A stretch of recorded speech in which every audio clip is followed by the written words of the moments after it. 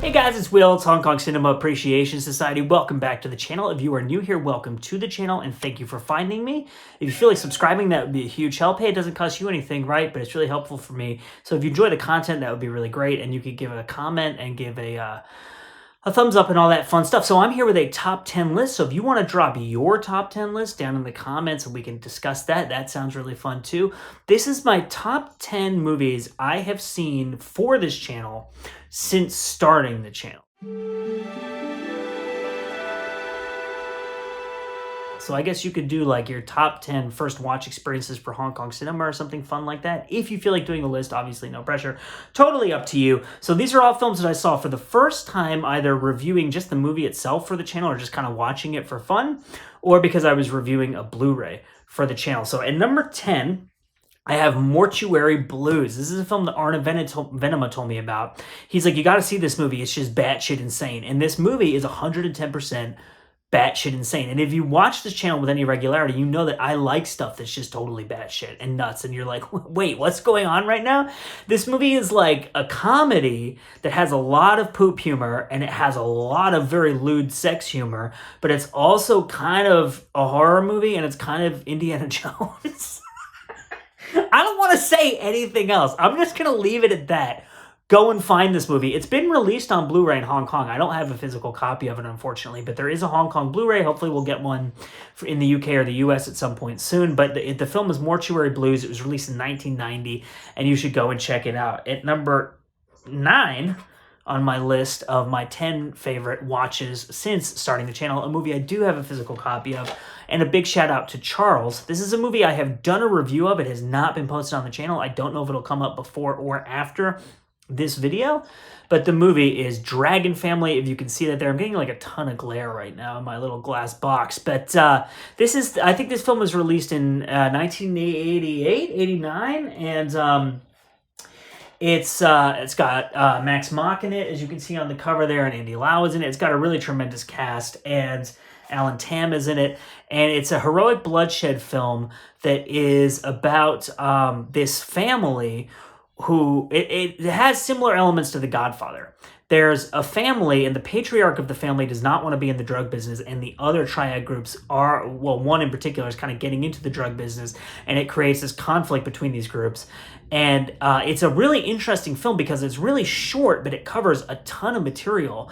And it's almost kind of impressionistic, where instead of telling you every single step along the way, it has big scenes where you get a lot of information, but it's got really interesting characters. I think it's a really interesting setup. The final action sequence is absolutely incredible and must be seen to be believed. It's like gun fu to the most maximum extent possible, because it's not just people shooting with two weapons and jumping around. They're like actually doing martial arts while shooting. It's completely insane and bananas. And I'm really glad that I saw that movie. Huge shout out to Charles, like I said, for sending me that. It's a great movie, and I will have my review up at some point if it is not already up on the channel right now. At number 8, another film I don't have a physical copy of. It's called On the Wrong Track. It also stars Andy Lau. I believe it was released in 1983. It's a Shaw Brothers film.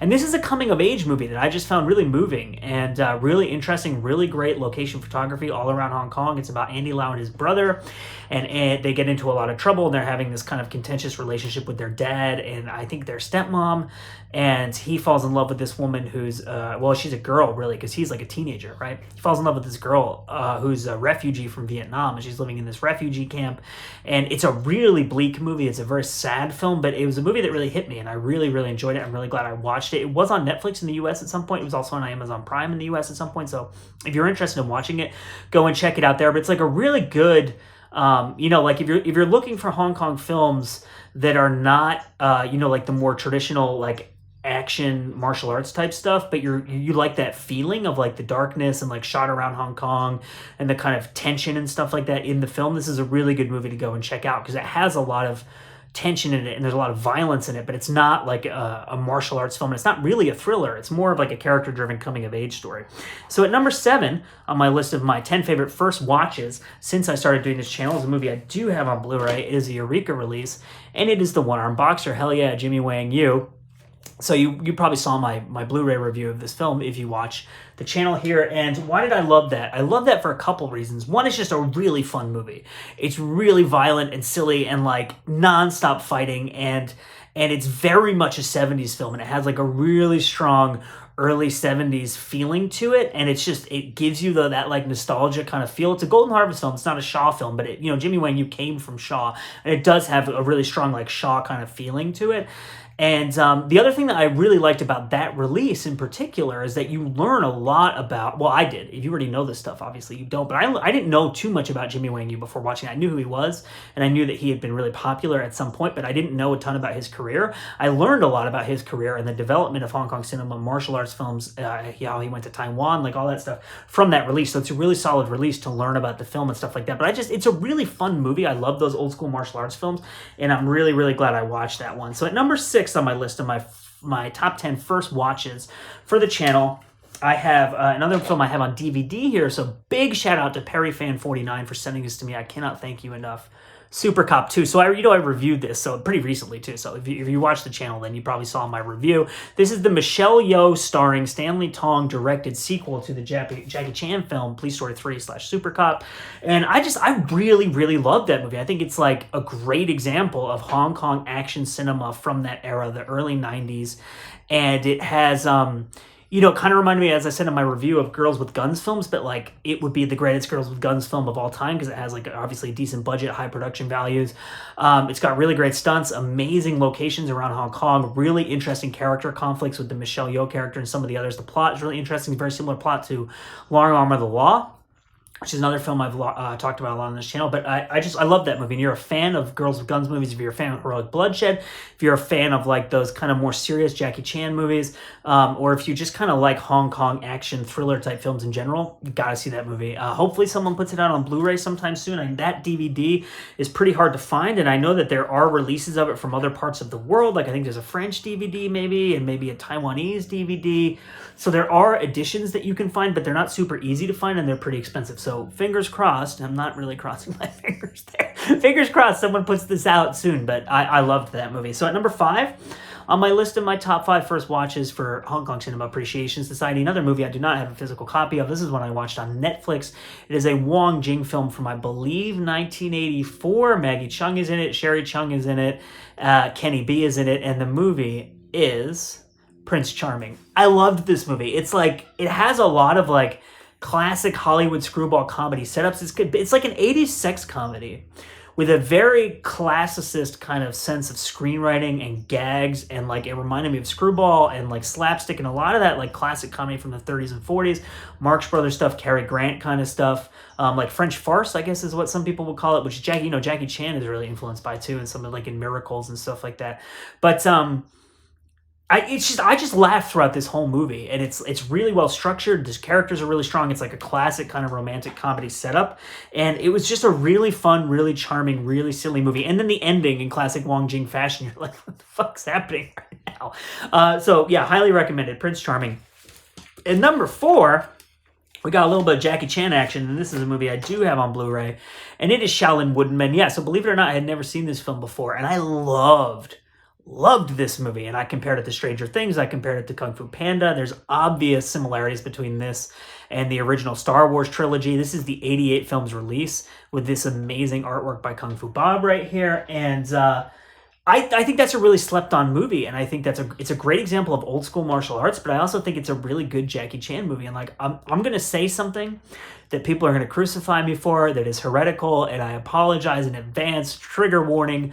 I like that movie more than I like The Young Master, and more than I like Dragon Lord, because I don't think he's trying as hard. And I think in the Young Master has amazing sequences, and Dragon Lord as well, I think, has amazing sequences. But I think as a whole, as films, that is a better movie.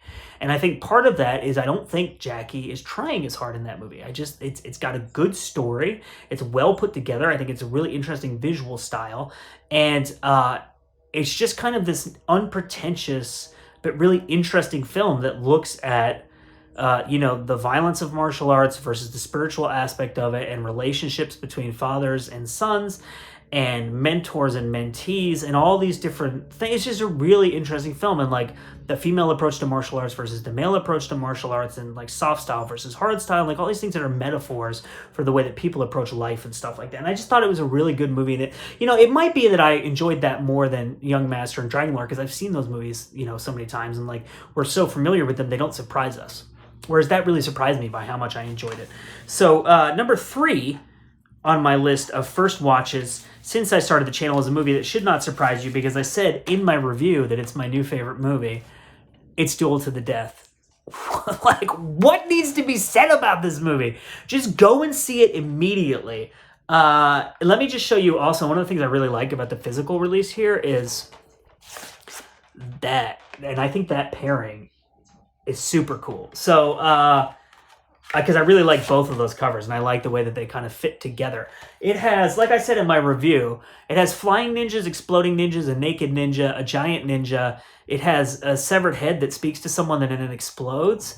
Yeah, and I'm not making that up. That's really in that movie. I don't know. It's batshit insanity from the front to the back. It's got sword fights. It's got samurai. It's got kung fu. It's got really interesting characters, honestly, I think, and it's just a really solid, crazy, wild, over-the-top movie, and I really, really, really enjoyed it, and I really enjoyed that release.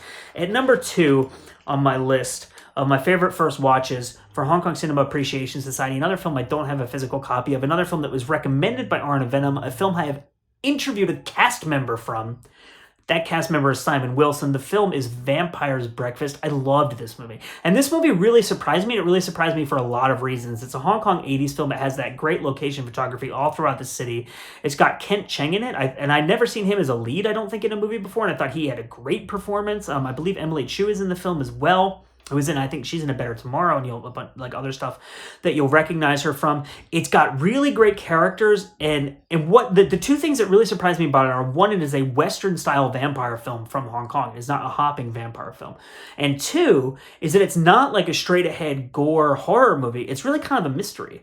And the fact that it's a supernatural mystery about like a reporter who's trying to track this stuff down, but it has really good characters, and it shows a lot of interesting stuff about his emotional life, and it creates a lot of high emotional stakes, but it also has this kind of over-the-top kind of gothic monster thing. So it really reminded me of Guillermo del Toro. And I honestly didn't think I would ever see a Hong Kong film where the first thing I thought of was Guillermo del Toro, and I'm a huge fan of Guillermo del Toro. And so I like the mood of this film. It's just a really, really great, surprising film. And it's a film that was just recently announced as having an upcoming Hong Kong Blu-ray release. So my hope is that that means that we'll get it eventually from like a Eureka or maybe even Spectrum or maybe 88 or who knows. But the fingers crossed, again, that we will get this movie from one of the great labels. I loved it. And at number 1 on my list of my first watches explicitly for Hong Kong Cinema Appreciation Society. It should not surprise you if you saw my review. It is touch and go.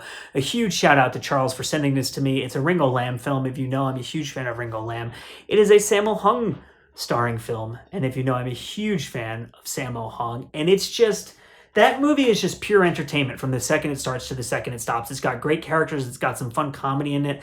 Sammo brings a lot of humanity to it. He really grounds the film. It has that violent, nihilistic thing that Ringo Lam does so well. It's a really great character-driven thriller/drama, but also, like I said, it has elements of comedy and humanity and romance and humor because of Sammo. And I really think that movie is the absolute perfect marriage of what Sammo Hung and Ringo Lam do perfectly. They bring their two selves to it and they combine them, and it makes like a perfect piece of classic kind of late 80s, early 90s, I think that's 1991, Hong Kong cinema. So my name is Will. You're watching Hong Kong Cinema Appreciation Society. That was my quick down and dirty list of my 10 favorite first watches for this channel. I hope you enjoyed it. Give me some lists of yours in the comments, and thanks for watching. We'll see you next time.